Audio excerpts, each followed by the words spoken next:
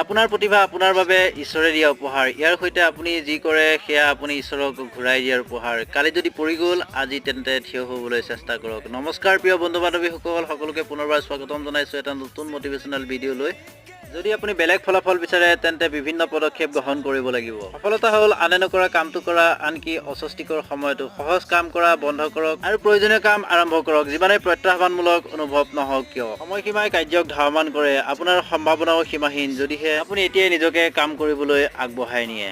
কিছুমান কথা বুজিবলৈ কোৱাৰ প্ৰয়োজন নাই। যদি আপুনি বৈধতা বিচাৰে তেন্তে নিজকে অধিক বিশ্বাস কৰি কাম কৰক।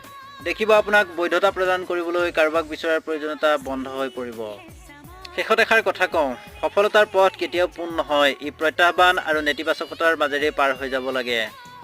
আজিৰ ভিডিঅ'টো ইমানেই আছিল। যদি ভিডিঅ'টো ভাল লাগিলে তেতিয়াহ'লে নিশ্চয় এটা লাইক কৰাৰ লগতে সামান্য এটা কমেণ্ট কৰি থৈ যাবলৈ নাপাহৰিব। সকলোকে পুনৰবাৰ ধন্যবাদ জনালোঁ।